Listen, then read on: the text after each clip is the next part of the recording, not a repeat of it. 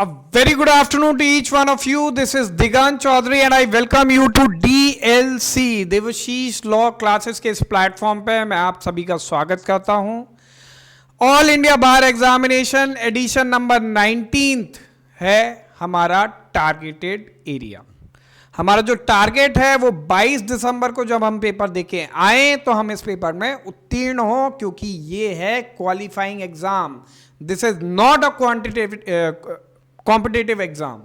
अगर आप इस पेपर में अपीयर हो रहे हैं and somehow you fail to clear this exam, then this creates a bad impression in the mind of your peers, in the mind of your colleagues, as well as it creates a self doubt in your own mind कि open book examination में अगर मैं पास exam नहीं कर पा रहा हूं, how am I going to be a good lawyer?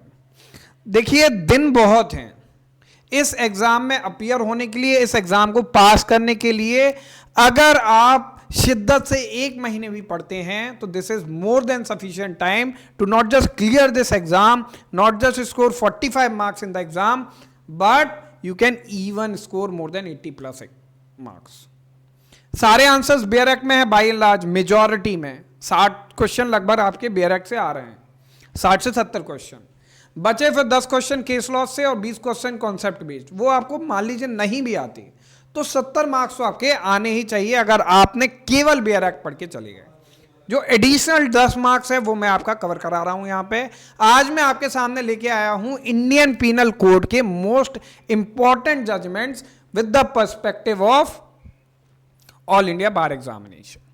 तो इंडियन पीनल कोड में इससे बाहर आपको पढ़ने की आवश्यकता नहीं है। देयर माइट बी 1 और 2 केसेस जो इसका पार्ट नहीं होंगे, जो इसमें से नहीं पूछे जाएंगे।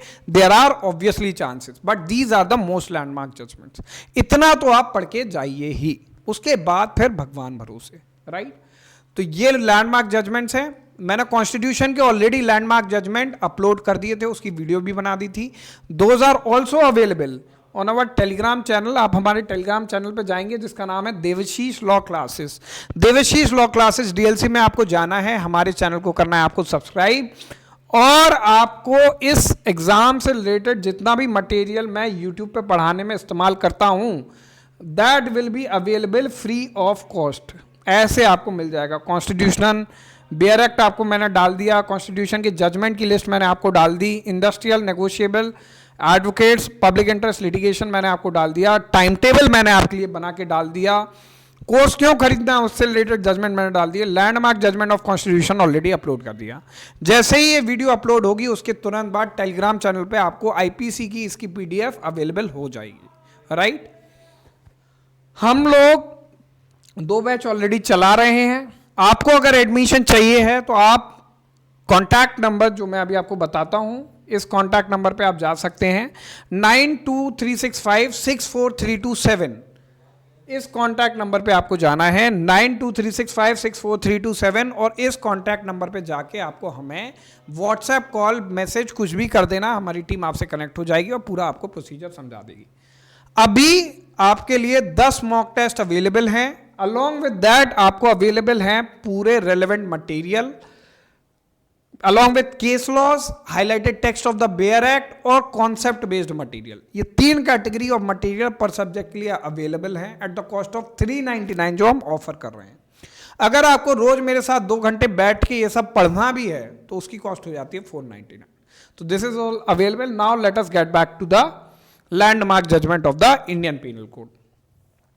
मेंसरिया आप जानते हैं, इसे कहते हैं हम गिल्टी माइंड। गिल्टी माइंड यानी किसी भी एक्ट को अपन तब तक एक ऑफेंस नहीं बोलेंगे जब तक जो ऑफेंस कॉज कर रहा है, जो व्यक्ति ऑफेंस कमिट कर रहा है, उसका intention, knowledge, rashness, ill will, negligence या इनमें से जो भी मेंसरिया है वो गिल्टी ना हो।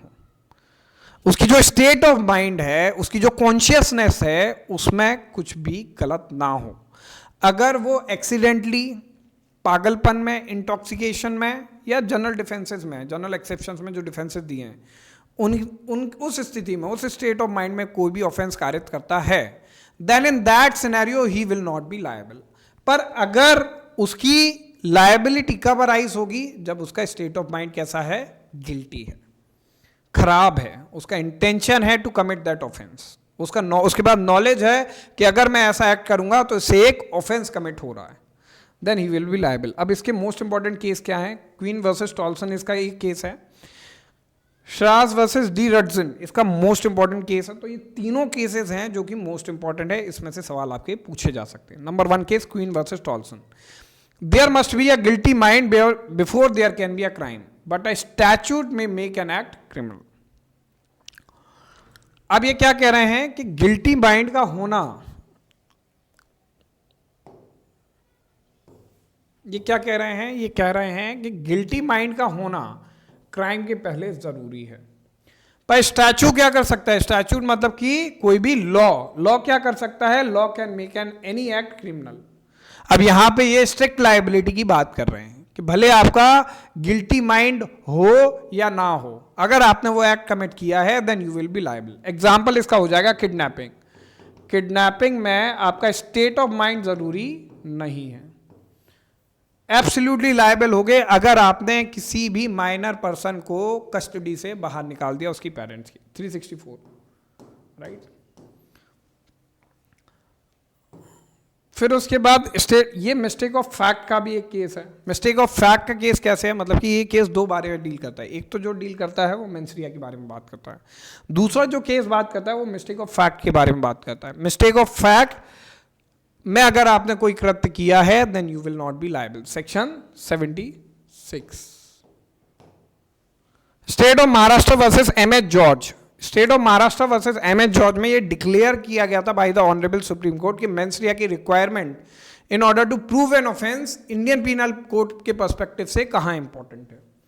Unless a statute either clearly और by necessary implication rules out mens rea as a constituent part of the crime, until unless कोई एक सेक्शन स्पेसिफिकली डिक्लेयर करता है कि we do not need mens rea, आप तब तक अक्यूज को गिल्टी करार नहीं देंगे जब तक आप उसका मेंसरिया प्रूव ना कर दें। Unless the statute either clearly और by necessary implication rules out mens rea. Rules out mens rea यानी कि स्ट्रिक्ट लायबिलिटी की यहां पे बात कर रहे हैं। बिना इंटेंशन को प्रूव करे आपको सिर्फ एक्ट प्रूव करना है, एक्ट सीरियस प्रूव करना है and then you will be liable. जैसे किडनैपिंग का केस हुआ, इंडियन पीनल कोड जिस तरीके से ड्राफ्टेड है उसमें क्या किया गया है, उसमें हर क्राइम के एसेंशियल्स बताए गए हैं। क्राइम के एसेंशियल्स बताते हुए उन्होंने मेंसरिया और एक्ट सीरियस दोनों वहां पे बता दिए। तो अगर मेंसरिया कहीं पे वर्णित नहीं है तो यानी कि एक्सप्रेसली रूल्ड आउट है। अपना ये उसका क्या है, इंटरप्रिटेशन है। तो आईपीसी में तो ऐसा है कि आईपीसी में अगर रिक्वायरमेंट ऑफ इंटेंशन या रिक्वायरमेंट ऑफ नॉलेज स्पेसिफिकली कोई नहीं बताता है then we will assume that particular offence is a strict liability offence. उसमें सिर्फ आपको एक्टस रियस और कॉजेशन प्रूव करना पड़ेगा कि यहां पे ultimately the act has been caused and the person who is charged with the offense is actually the doer of that offense। उसकी स्टेट ऑफ माइंड प्रूव करने की जरूरत अपन को नहीं पड़ेगी। तो ये दूसरा पार्ट था। इसमें बोला था कि मेंसरिया को आपको हर ऑफेंस में प्रूव करना पड़ेगा अनलेस जिस सेक्शन के अंदर अपन चार्ज कर रहे हैं वो एक्सप्रेसली मना कर रहा हो कि आपको मेंसरिया प्रूव करने की जरूरत नहीं है to the prosecution. Sherras versus De Rutzen court held that in every statute mensaria is to be implied unless the contrary is to be shown। अब ये बात कर रहे थे उल्टे तरीके के इंटरप्रिटेशन की। कोई भी क्राइम होगा तो उसमें आपको मेंसरिया या फिर इविल मोटिव या फिर इविल माइंड या फिर गिल्टी माइंड प्रूव करना ही पड़ेगा अनलेस क्या हो रहा है, इंप्लाइडली कॉन्ट्री इज शोन, अनलेस स्टैट्यूट में क्लियरली लिखा हो कि भैया मेंसरिया प्रूव नहीं करोगे। तो ये तीन केसेस हैं, आप तीनों केसेस के बारे में पता होना चाहिए। कॉमन इंटेंशन सिमिलर इंटेंशन पे आ जाइए, सेक्शन 34 और 35 से रिलेटेड। इसमें दो ही केस आपको याद रखने हैं जो इंपॉर्टेंट है for the purpose of this exam. First is Mahmood Shah versus king emperor. इसमें बोला था difference between common intention and similar intention. Common intention is provided under section 34, similar intention is provided under section 35।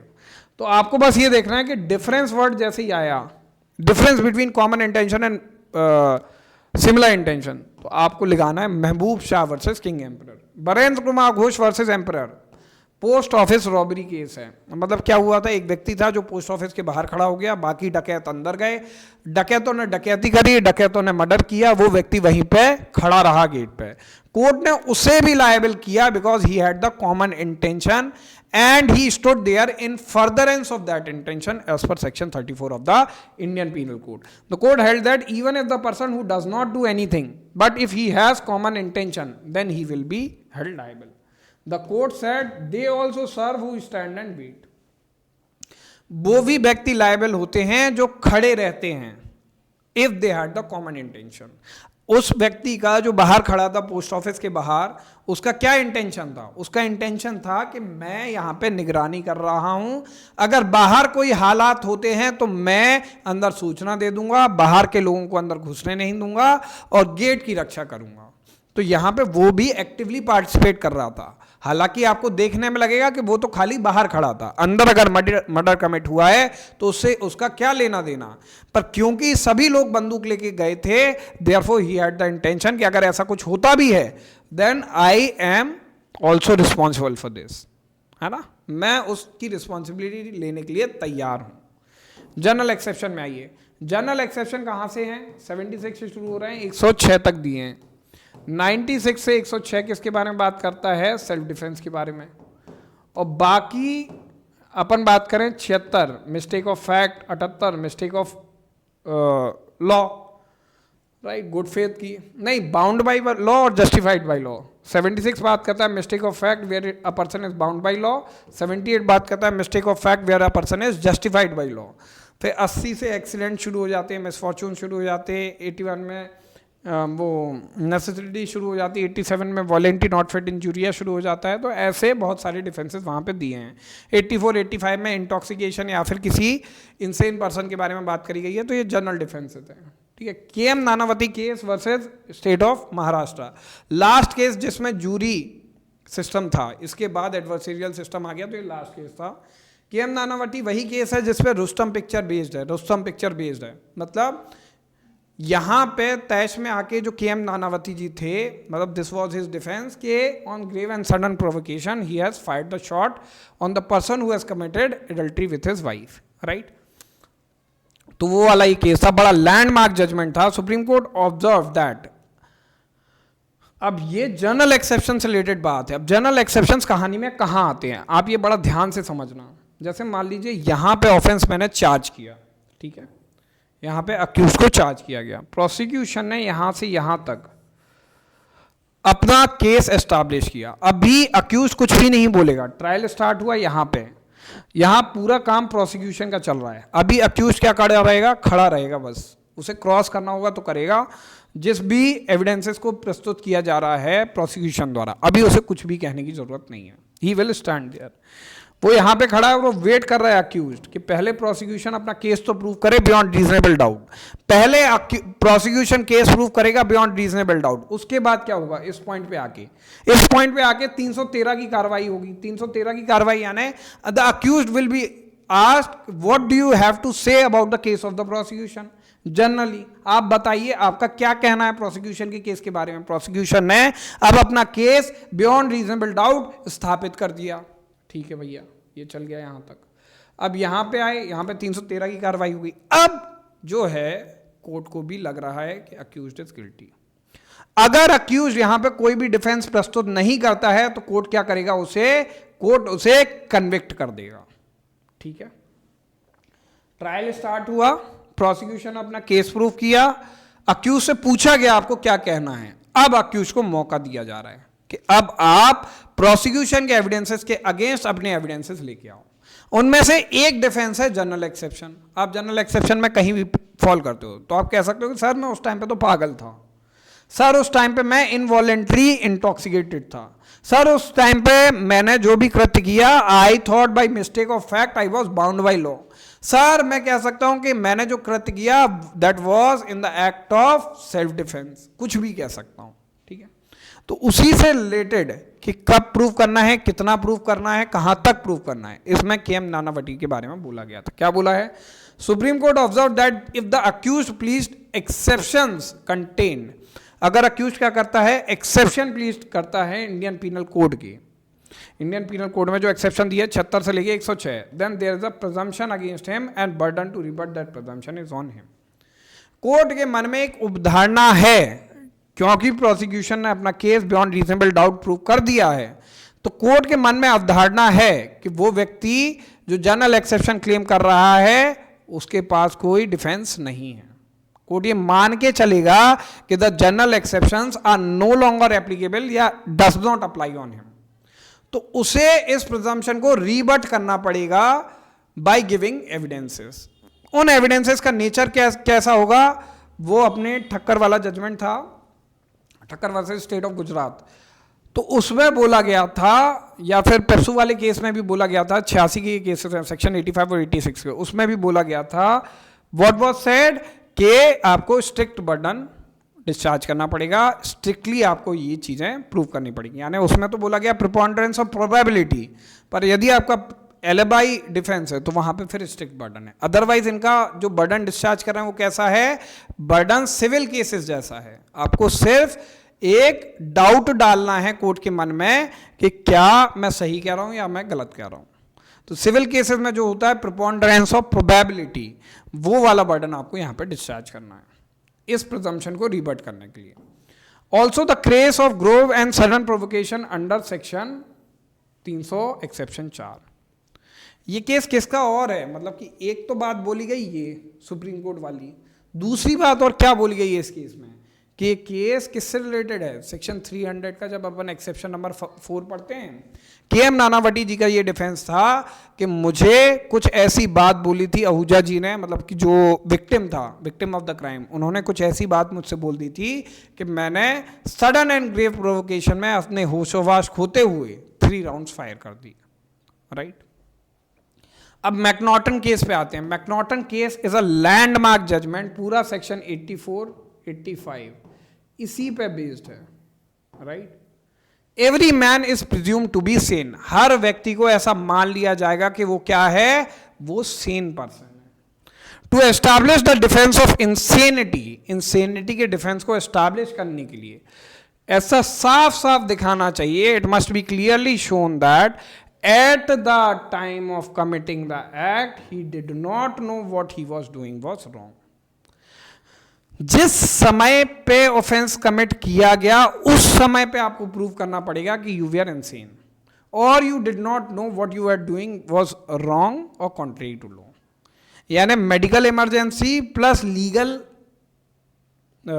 Medical insanity plus legal insanity, दोनों ही आपको prove करना पड़ेगा at the time when the offence was committed, ये इसमें बोला गया था। दया भाई ठक्कर, इसी की बात कर रहा था, Daya bhai Thakkar versus state of Gujarat.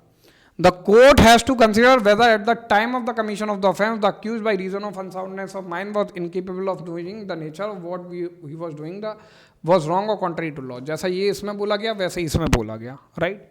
इसके अलावा क्या बोला गया, the crucial point of ascertaining time for ascertaining the state of mind of the accused is the time when the offense was committed। offense कब commit किया गया उसका टाइम होगा द पिवोटल पॉइंट या फिर पॉइंट ऑफ इंक्वायरी। कोर्ट उस point में inquire करेगा क्या क्या उस टाइम में आपका दिमाग इंसेन था। अगर उस पॉइंट से आजू बाजू कभी इंसेन था उससे कोर्ट को मतलब नहीं है। कोर्ट को ये जानना है कि जब आप ऑफेंस कमिट कर रहे थे तब क्या आप पागल थे। तो इसे प्रूव करने के लिए आप क्या कर सकते हैं, आप अपने मेडिकल सर्टिफिकेट लगा सकते हैं कि सर उससे पहले देखिए मेरा इतना इलाज चल रहा है, सर मेरा कंडक्ट देखिए, मेरा कंडक्ट उस समय पे क्या था, मैं कैसी बातें कर रहा था, मैं पागलपन के उसमें था, डिल्यूजनल था, मुझे कुछ समझ ही में नहीं आ रहा था सर अगर मेरा दिमाग ठीक होता तो क्या मैं ऐसा करता, मेरे एक्ट भी तो दिखाते। मैंने अपनी वाइफ का गला काटा और हाथ में उसकी मुंडी लेके पुलिस थाने में पहुंच गया, तो क्या मेरा स्टेट ऑफ माइंड सही है। इस टाइप के जो सवाल है ना, वो जो कंडक्ट है वो मैनिफेस्ट करता है कि आप पागल हैं या नहीं है, right. Vasudev versus state of PEPSU, the knowledge is attributed to the intoxicated man, section number 86। देखिए अगर कोई मैन इंटॉक्सिकेटेड है, वॉलंटरी इंटॉक्सिकेटेड है, तो उसमें आप ये तो नहीं कह सकते कि he had the intention to kill, क्योंकि intention is the highest degree of mind. If a man is seriously drunk तो इंटेंशन फॉर्म ही नहीं कर सकता, और अगर होगा भी उसका इंटेंशन तो प्रोसिक्यूशन उसे कभी प्रूव नहीं कर सकता। तो ऐसी सिचुएशन में उसका मेंस rea, क्या अपन उसके मेंस rea के बारे में बोल सकते, कैसे प्रूव करेगा प्रोसिक्यूशन? तो यहां पे एक लीगल प्रिजम्पशन डाला गया है सेक्शन नंबर 86 में कि अगर कोई व्यक्ति वॉलंटरी इंटॉक्सिकेटेड है तो कोर्ट ये मान लेगा कि he had the knowledge while he was committing the act, इसके कॉन्सिक्वेंस क्या होंगे। तो नॉलेज एट्रीब्यूट कर सकते हैं अपन, इंटेंशन एट्रीब्यूट नहीं कर सकते। ये बोला गया था Vasudev versus state of PEPSU में, जो सेक्शन 86 की बात करता है।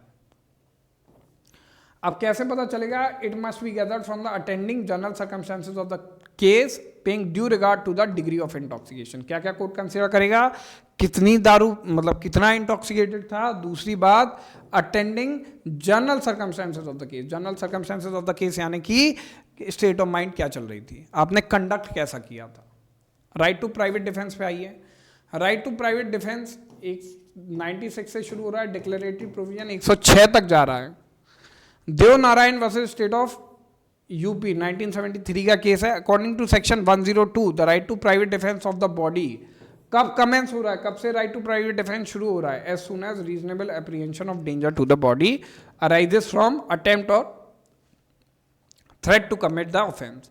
अब इसमें क्या बोला है कि कमेंसमेंट मतलब आपका राइट टू प्राइवेट डिफेंस कब से शुरू हो रहा है? जैसे ही आपको रीजनेबल एप्रीहेंशन हो कि मेरे खिलाफ फोर्स यूज्ड होने वाला है, राइट, मेरे खिलाफ कोई ऑफेंस कमिट होने वाला है। और ये कैसा राइट है? This is a defensive right. Conspiracy पे आइए। State of Tamil Nadu versus Nalini, ये कंस्पिरेसी की बात करता है। कंस्पिरेसी कहाँ डिफाइंड है? 120A और उसकी सजा कहाँ है? 120B। कंस्पिरेसी और कहाँ पर बात करी गई है? Section 10 of the Indian evidence act. और कहाँ पे बात करी गई है कंस्पिरेसी की? कंस्पिरेसी की बात करी गई है 107, 108, 107 के सब क्लॉज बी या सी में, बी में जो काइंड्स ऑफ अबेटमेंट हैं, 3 तरीके से अबेटमेंट होता है, इंस्टिगेशन, कंस्पिरेसी और इंटेंशनल एड। तो 107 का सब क्लॉज बी है जो दूसरा वाला तरीका है आईपीसी का, उसमें भी कंस्पिरेसी की बात करी गई। तो ऐसे बहुत जगह कंस्पिरेसी की बात करी गई। अब कंस्पिरेसी रिलेटेड केसेस आईपीसी में कहाँ हैं? State of Tamil Nadu versus Nalini 1999 ना। इसमें क्या बोला गया था कि agreement is a sine qua non for the offence. Agreement मतलब क्या? You and I meet at a tea shop and we agree कि we will commit murder of C. तो यहां पे जो अग्रीमेंट है, अग्रीमेंट के बिना कॉन्स्पिरेसी नहीं होती। There should be a meeting of mind, there should be sharing of common intention, ये सब चीजें जरूरी हैं कंस्पिरेसी के लिए। आगे बढ़ते हैं। Waging war and sedition. देखिए आपको केसेस कुछ कम लग रहे होंगे, आपको ऐसा लग रहा होगा कि बहुत सारे केसेस छोड़ दिए गए, पर आप समझिए इसमें 3 सब्जेक्ट हैं जिनमें केसेस अपन को प्राइमरली फोकस करना है। जैसे कॉन्स्टिट्यूशन में मैंने 79 केसेस डाले हैं और यहाँ पे हार्डली 20 केसेस हैं, 30 केसेस हैं। ऐसा मैंने क्यों किया? ऐसा करने का रीज़न ये है कि आप कितने केसेस रट लेंगे ऑल इंडिया बार एग्जामिनेशन के लिए। ये स्कोप ऑफ इंक्वायरी नहीं है, ये आपका टेस्ट नहीं है जो यहाँ मैं पढ़ा रहा हूँ, ये एडिशनल मार्क्स हैं। इसे भी प्रिपेयर कर लो, अपने मन में जरा सा भी डाउट मत छोड़ो कि आपको एग्जाम ना निकले, इसलिए मैं ये दे रहा हूँ। तो बहुत ही सिलेक्टेड मैंने यहाँ पे निकाले हैं। Waging war and sedition, Navjot Singh Sindhu, state of NCT of Delhi versus Navjot Sandhu. ये वाला कौन सा केस है? ये वाला पार्लियामेंट अटैक केस है। इसको अपन क्या कहते हैं? पार्लियामेंट 2002 में जो हुआ था, पार्लियामेंट अफजल गुरु वाला parliament attack case. Supreme court held that to constitute offence of waging war का ऑफेंस कंस्टिट्यूट करने के लिए under section 121 of the code the intention and purpose of war like operations directed against the government is necessary. ये क्या कह रहे हैं? 121 में वेजिंग वॉर का ऑफेंस अगर आपको स्थापित करना है, what does the prosecution has to prove? Prosecution has to prove that there was a war like preparation, war like operations directed against the government, war like operations थे, तब आप 121 का ऑफेंस प्रूव कर सकते हैं। Kedarnath versus state, Kedarnath versus state किसका case है? 124A का केस है। ये क्या है? सेडिशन। सेडिशन के बारे में आप एक बात ध्यान में रखें कि sedition as per Supreme Court directive क्या हो गया था? Sedition was kept in abeyance. Sedition से रिलेटेड जितने भी मामले थे सुप्रीम कोर्ट ने उन पर स्टे लगा दिया था, माननीय उच्चतम न्यायालय ने उस पर स्टे लगा दिया था और क्या बोला था कि आज के बाद आप ना सेडिशन से रिलेटेड केसेस रजिस्टर करेंगे, आप ना सेडिशन से रिलेटेड प्रोसिक्यूशन को कंटिन्यू करेंगे और जितने लोगों हैं उन सबको बेल पे छोड़ेंगे, अगर सिर्फ सेडिशन के चार्ज पे हमने उन्हें रखा है। काला कानून इसे बताया गया था, पर इसे नेसेसरी ईविल भी बताया गया है गवर्नमेंट की तरफ से। अब Kedarnath versus state 1962 Supreme court held that section 124A does not violate article 19(1)A of the constitution, it is a reasonable restriction. इसको किसके अंदर माना गया? रीजनेबल रिस्ट्रिक्शन के अंदर माना गया। अनलॉफुल असेंबली में आइए, 141 से शुरू हो रही है, 149 तक जा रही है, ठीक है। अब Muthu Naicker versus state of Tamil Nadu 1978 का केस है। अ person who is present in the unlawful assembly as a curious spectator does not become one of the members of that unlawful assembly. Who is a member of unlawful assembly? 143 में discuss किया गया, उसकी punishment 142 में बताया गया है। अब member क्या होता है अनलॉफुल असेंबली का? जो शेयर करता है कॉमन ऑब्जेक्ट। जैसे मेरा कॉमन ऑब्जेक्ट है, मान लीजिए एक ज़मीन है जो मुझे खाली करानी है, मैं 5 से ज़्यादा लोग जाके लेके जाता हूँ, हम 5 लोगों ने हाथों में लाठियाँ ले रखी हैं और हम सबका कॉमन ऑब्जेक्ट है कि मकान खाली होगा। अभी हम लोग ने ये डिस्कस नहीं किया कि मकान खाली कैसे करेंगे, कैसे करवाएंगे, क्या लाठियों से वार करेंगे, बंदूकें निकालेंगे, क्या करेंगे, हाथ पैर जोड़ेंगे, उनसे विनती करेंगे, क्या करेंगे, अभी ये सब कुछ डिस्कस नहीं है। हमारा ऑब्जेक्ट क्या है? अनलॉफुल है, मकान खाली कराना इलीगल तरीके से, बस वो लास्ट गोल हमने डिस्कस किया है। अगर ये गोल शेयर्ड है या नॉलेज में है तो वो मेंबर बन जाएगा अनलॉफुल असेंबली का। खाली कोई व्यक्ति खड़ा होकर तमाशा देख रहा है, उसे अपन मेंबर ऑफ अनलॉफुल असेंबली नहीं बोलेंगे। चैप्टर 16 पे आइए, offences against body. Offences against body का क्या मतलब हुआ कि मर्डर वगैरह ये सारी चीज़ें इसमें कवर्ड है। कल्पेबल होमिसाइड और मर्डर में जो डिफरेंस है वो बोला गया था आर वर्सेस गोविंदा में। 299 एक तरफ लिखा उन्होंने 299, एक तरफ लिखा 300, फिर लिखा 1 2 3, फिर लिखा 1 2 3 4, ऐसी 4 धाराएं हैं। 1 को 1 से मिला दिया, 2 को 3 और 4 से मिला दिया और 3 को 4 से मिला दिया, ऐसे करके उन्होंने डिस्टिंक्शन किया था आर वर्सेस गोविंदा में। Difference between culpable homicide and murder. Every murder is culpable homicide but every culpable homicide is not murder, ठीक है। मर्डर के लिए क्या चाहिए? Highest degree of state of mind चाहिए। तो हर कल्पेबल होमिसाइड, कल्पेबल यानी पनिशेबल, और होमिसाइड का मतलब होता है killing by a man to another man. एक व्यक्ति का दूसरे व्यक्ति को मारना, उसे अपन कहते हैं होमिसाइड, और अगर वो पनिशेबल है तो उसे अपन कहेंगे कल्पेबल होमिसाइड। इसी में जब अपन एग्रेवेटेड फॉर्म रख देंगे कल्पेबल होमिसाइड का, मोस्ट एग्रेवेटेड फॉर्म, तो उसे अपन कह देंगे मर्डर कर दिया। मर्डर करने का मतलब पूरी सुनिश्चितता है कि जो कृत्य किया गया है उससे अंतिम परिणाम जो होगा वो मृत्यु ही होगी और कुछ हो ही नहीं सकता।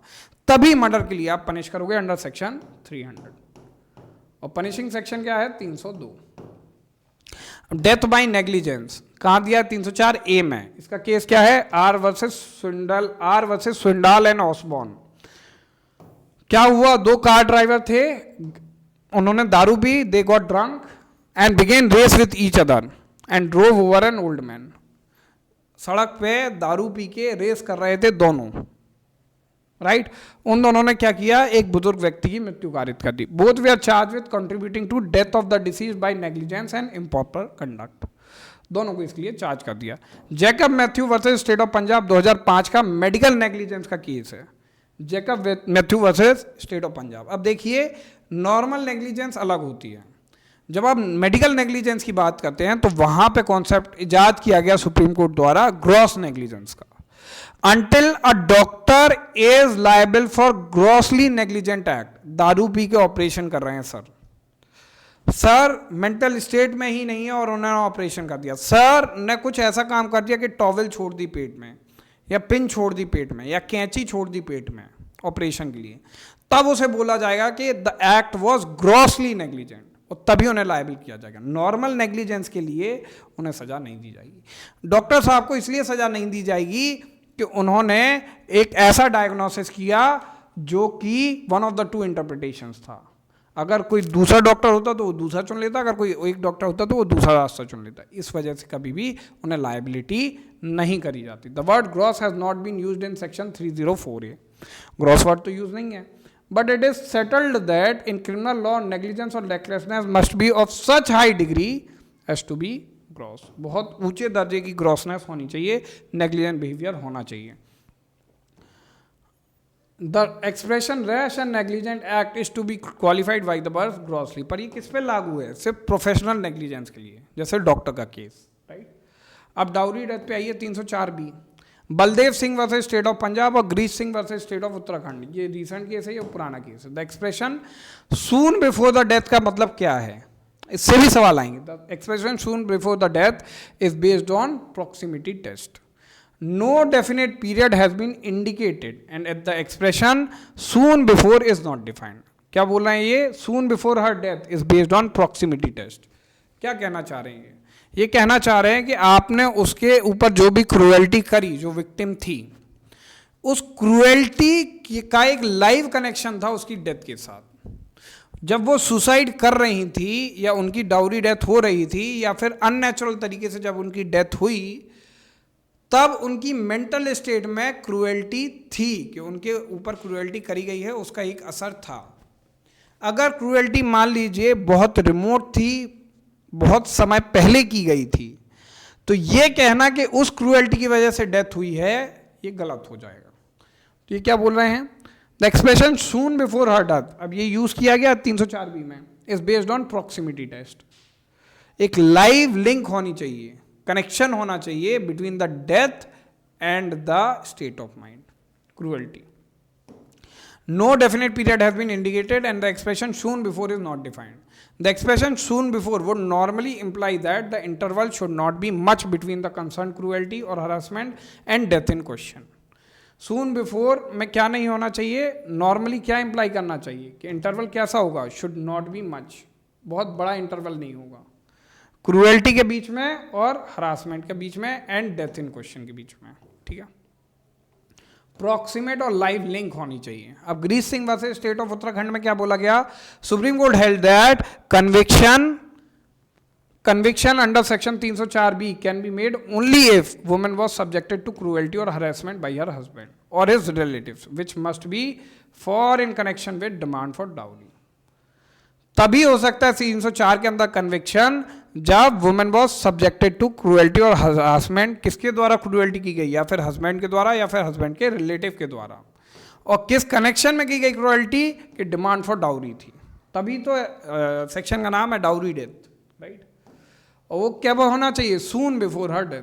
Cruelty must be in connection with demand for dowry. ठीक है. अब राइट टू डाई के बारे में बात करें अपन. देखिए article 21 states that you have a right to life. Question before the Supreme Court was whether this right to life includes right to die. क्या मुझे मरने का अधिकार है? Is the waiver of fundamental rights available to us. तो बशेश्वर नाथ में कह चुके हैं कि waiver of fundamental right available नहीं है. Similarly right to life does not include within its ambit right to die. Right to life is a sacred life which must be protected by the state and because of that it cannot allow any person to die. किसी को ये मौलिक अधिकार नहीं है कि वो अपनी जान ले ले. और अगर वो ऐसा करता है, अटेम्प्ट करता है, अगर मृत्यु कारित हो जाती है तब तो कोई बात नहीं, फिर तो कुछ कर नहीं सकते. पर यदि उसकी मृत्यु कारित नहीं होती है तो उसने एक ऑफेंस कमिट किया है एज पर सेक्शन 309. ठीक है. हालांकि अब 309 के बारे में वो प्रकरण नहीं है, किसी को सज़ा नहीं दी जाती है, जो कि 1 साल की थी वो नहीं दी जाती है. उसे मेडिकल बोर्ड के समक्ष पेश किया जाता है और उसे साइकियाट्रिक वार्ड में सबमिट किया जाता है. 2017 का कानून इस पर बन चुका है. P Rathinam versus union of India 1994 का केस है. इसने बोला था कि 309 अनकॉन्स्टिट्यूशनल है. मतलब right to life includes right to die. किसी को अगर खुदकुशी करनी है, यूथनेशिया करना है, पैसिव एक्टिव, वो कर सकता है. इसको ओवर रूल किया श्रीमती ज्ञान Kaur versus state of Punjab ने. 1996 का जजमेंट है. इनने ओवर रूल कर दिया. इनने कह दिया right to die is not included in right to life. ठीक है. अब किडनैपिंग और एब्डक्शन पे आए तो Varadarajan versus state of Madras पे आइए. The Supreme Court said that there was a distinction between taking, किसी को साथ में लेना, टेकिंग करना, and allowing a minor to accompany any person. अगर आपको किडनैपिंग का चार्ज बनाना है तो आपको यह सिद्ध करना पड़ेगा that the kidnapper has taken the person. या एंटाइज किया है कि वो कस्टडी से अपने गार्जियन के बाहर आ जाए। अगर कोई व्यक्ति आपको सड़क पे मिलता है, राइट, और सड़क पे आप उसे बातें करते हैं और बातें करते करते निकल जाते हैं, दैट इज नॉट किडनैपिंग। आपको कस्टडी से प्रॉपर या फिर कंस्ट्रक्टिव या फिर रियल कस्टडी से बाहर लेके आना पड़ेगा। आपने फ़ोन लगाया, फ़ोन लगा के बाहर बुलाया, then that will be kidnapping, right. T D Vadgama versus state of Gujarat 1973 का केस है। Supreme court held that the word entice seems to involve the idea of inducement. Entice का मतलब क्या है? इंड्यूस कर रहे हो, allurement by giving rise to hope and desire to the other. मैं तुमसे शादी करूंगा, मेरे साथ चलो, तुम्हारी लाइफ बन जाएगी। These all things are constitute as inducement, allurement by giving rise और hope to the desire of another. ठीक है। रेप, अब मैराइटल रेप पे केस आया है, Independent Thought versus Union of India, most landmark judgment. इसमें क्या बोला गया है? इसमें बोला गया है कि सेक्शन 305 में जो रेप को डिफाइन करता है उसमें एक्सेप्शन नंबर 2 है, जिसमें बोला गया था कि a person who has sex without the consent of his wife and the wife is below the age of 15 years, then that person will be liable for rape. यहां पे इस केस में क्या बोला गया कि instead of 15 we will read that section as 18। अगर 18 साल से कम की आपकी वाइफ है और आपने उसके साथ शारीरिक संबंध बनाते हैं, then that will be considered as a rape, right? Section 377 पे आइए, sex against the order of nature, right. तो इसमें क्या बोला गया था? This has been declared unconstitutional partly, मतलब कि बेस्टियलिटी और ये सब चीजें तो हैं अभी भी ऑफेंस। BNS के बाद नहीं है ये ऑफेंस। 377 पूरा हटा दिया BNS ने, भारतीय न्याय संहिता ने, सेक्शन 377 इन्हें तो पार्टली डिक्लेयर किया था अनकॉन्स्टिट्यूशनल, सुरेश कुमार कौशल वर्सेस नाथ फाउंडेशन के केस में। पर अब भारतीय न्याय संहिता ने पूरी तरीके से 377 के इफेक्ट को खत्म कर दिया। आगे बढ़ते हैं। Offences against property, criminal misappropriation, R K. Dalmia versus Delhi administration 1962। The word of section 405 is wide enough to include the case of a partner if it be prove that he was in fact interested with the partnership property. ये क्या कह रहे हैं? 405 इतना बड़ा है कि वो पार्टनर को भी इंक्लूड करेगा। पार्टनर यानी पार्टनरशिप फर्म, तो वो कहते हैं ना interested with the dominion of the property, तो वो इसके अंदर भी आ जाएगा और पार्टनर भी इसमें लायबल हो सकता है। एडल्ट्री का फेमस केस है Joseph shine versus Union of India. इसमें क्या बोला था? जोसेफ शाइन में बोला था कि adultery is no longer a crime in India, यानी 497 को क्या कर दिया? अनकॉन्स्टिट्यूशनल। क्यों? क्योंकि डॉक्ट्रिन ऑफ कोवर्चर, जिस पे पूरा एडल्ट्री बेस था, डॉक्ट्रिन ऑफ कोवर्चर यानी merging the identity of a women with a man. Women की आइडेंटिटी मैन के अंदर मानी गई, उसका कोई एक सेपरेट इंडिपेंडेंट एग्जिस्टेंस लीगलाइज में नहीं माना गया। उसमें वर्ड यूज कर रहे थे ना 497 में, without the connivance of the husband. तो अगर हस्बैंड अग्री कर दे then wife can have sex with someone else, but if husband does not agree and wife has sex someone else, wife has sexual intercourse with some other person, then that some other person will be liable and that man can make a complaint against that some other person। तो property माना गया था wife को, उस पूरी को ये declare कर दिया अनकॉन्स्टिट्यूशनल। डॉक्ट्रिन ऑफ कोवर्चर को ओवर रूल किया गया है। ठीक है। आर वर्सेस ऑसबॉर्न, अब आ जाते हैं आर वर्सेस ऑसबॉर्न पे। In case A give certain, अब ये अटेम्प्ट से रिलेटेड केस हैं। ये देखिए अटेम्प्ट आ गया। अटेम्प्ट कहाँ दिया है? Section number 511 of IPC। अब अटेम्प्ट को लेके बहुत डिबेट है, क्या कहलाएगा अटेम्प्ट? मैंने गोली मारी, आप डक कर गए, आप बैठ गए नीचे, गोली आपके बाजू से निकल गई, आप मरे नहीं, इसे अटेम्प्ट बोलेंगे। हो क्या रहा है इसमें?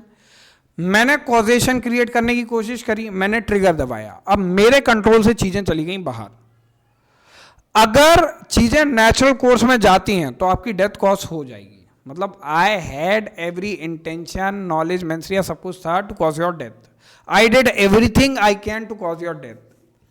अब वो किसी थर्ड पार्टी के इंटरफेरेंस से या फिर किसी और तरीके से बच गया तो उसे कहलाएगा, जो पेनल्टीमेट एक्ट है उसे अपन कहेंगे अटेम्प्ट। ठीक है। दूसरी थ्योरी ये है कि अगर मान लीजिए मैंने आपको जहर दिया और जहर की जगह मैंने आपको शुगर पिल्स दे दी, शक्कर की गोलियां दे दी, then even my preparation is not complete. तो हाउ कैन विदाउट प्रिपरेशन मेरा अटेम्प्ट मैं बोल दूंगा, पेनल्टीमेट एक्ट बोल दूंगा, अभी तो मेरी प्रिपरेशन ही नहीं है। अगर आप शुगर पिल्स ले भी लेते हो तो क्या आप मरोगे? आप नहीं मरोगे, तो उसे अटेम्प्ट कैसे बोला जाए? R.S. Osborne में बोला गया, in case A gave certain pills for causing abortion, it was found that the pills were made of sugar. It was held that the person was not liable for attempt. अब इसको overrule कर दिया R versus Spicer में। आगे case पढ़ो, state of Maharashtra versus Mohammad Yakub. Supreme court held that some act must be done towards the commission of the offence, कोई ना कोई कृत्य करा जाना चाहिए, and such act must be proximate to the intended result. उसका क्या होना चाहिए? इंटेंडेड रिजल्ट से प्रॉक्सिमिटी होना चाहिए। मेरा गोली चलाना, proximity need not be in relation to time and action but in relation to intention. Proximity का रिलेशन टाइम प्लेस से बढ़ के इंटेंशन पे होना चाहिए। All right guys, with that we are ending our session. Duration is almost 40 minutes. We have covered 29 cases. इसके पीछे की पूरी थ्योरी देने में मुझे आपको थोड़ा सा समय लग गया। ऐसा ही और इसके साथ अन्य मटेरियल भी हम आपको दे रहे हैं। मटेरियल मैं पूरा आपको दिखा देता हूँ कि क्या क्या मटेरियल हम अवेलेबल करा रहे हैं, राइट, आपके लिए। तो सबसे पहले जो हम प्रोवाइड कर रहे हैं आपको, वो कर रहे हैं highlighted text of the bare act. जैसे ये कॉन्स्टिट्यूशन है, कॉन्स्टिट्यूशन का ये कंसेप्चुअल मटेरियल हम आपको दे रहे हैं, राइट। ये तो केसेस की लिस्ट हो गई। एक सेकेंड,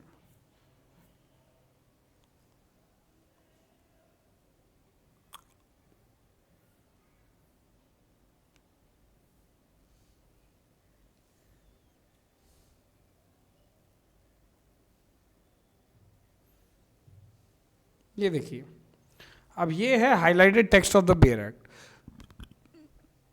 काफ़ी बार मैं बता चुका हूँ, फिर भी एक बार आपको वापस से दिखा देता हूँ। जैसे सेक्शन आर्टिकल नंबर 12 पढ़ेंगे अपन कॉन्स्टिट्यूशन का, तो उसमें मैंने बता दिया कि स्टेट की डेफिनेशन है, लोकल और अदर अथॉरिटीज़ पे फोकस है। इससे रिलेटेड केसेस मैंने आपको अलग से दे दिए हैं, राइट। सेक्शन 13 पढ़िए, लॉ इनकंसिस्टेंट विथ और in derogation of the fundamental rights. अब देखिए 13(1) को बोला गया है प्री कॉन्स्टिट्यूशनल, यहाँ पे अप्लाई होगी doctrine of eclipse.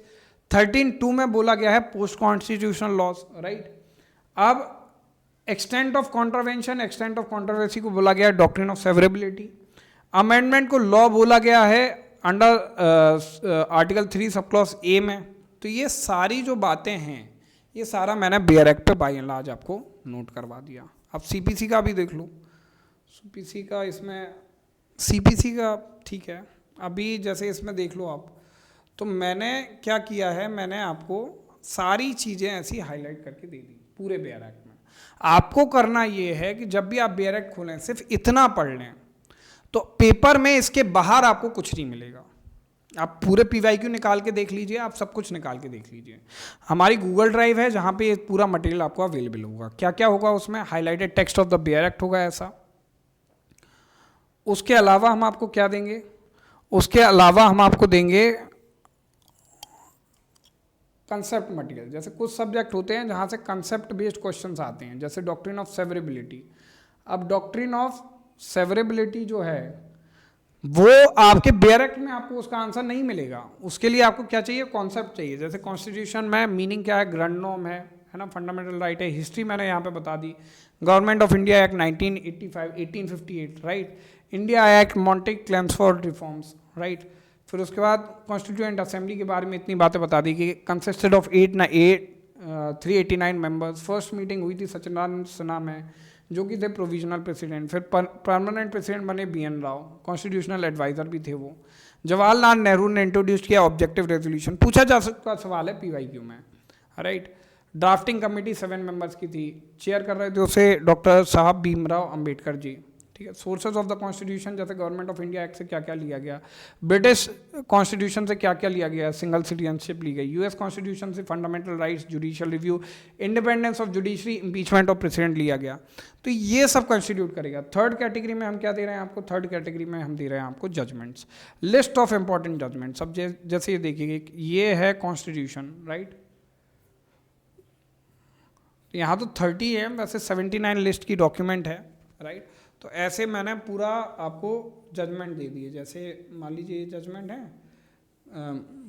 Doctrine of eclipse के क्या केस हैं, Bhikaji Narayan versus state of MP, Deepchand का केस हो गया, state of Gujarat versus Ambika mills हो गए। तो ऐसे प्रियम्बल के 3 केस हो गए, in re Berubari case, preamble is not a part of the constitution, Kesavananda Bharati case में preamble is a part of the constitution. तो इस तरीके से हमने पूरा मटेरियल का कंपाइलेशन किया है जिसकी प्राइस है 399। आपको करना कुछ नहीं है, आपको जाना है हमारे टेलीग्राम चैनल पे, हमारा नंबर है 9236643227, इस पर हमें कॉल करना है। 399 का पूरा मटेरियल मैं आपको दे रहा हूँ, आपको इस नंबर पर कॉल करना है या व्हाट्सएप करना और हमारी टीम आपके पास आ जाएगी और आपको मटेरियल की एक्सेस प्रोवाइड कर देगी। अगर आपको मेरे से पढ़ना है यही कोर्स तो आपको 499 में कोर्स अवेलेबल है, जो कि 22 तारीख से क्रैश कोर्स के फॉर्म में 1 महीने का क्रैश कोर्स में लगाऊंगा, उसमें आपको एडमिशन दे दूंगा। So you can do that, right. अब with this I end this session. I hope this session was informative to you. Thank you for watching us. Like our channel, subscribe our channel, right? Keep responding to us, keep loving us. Thank you so much.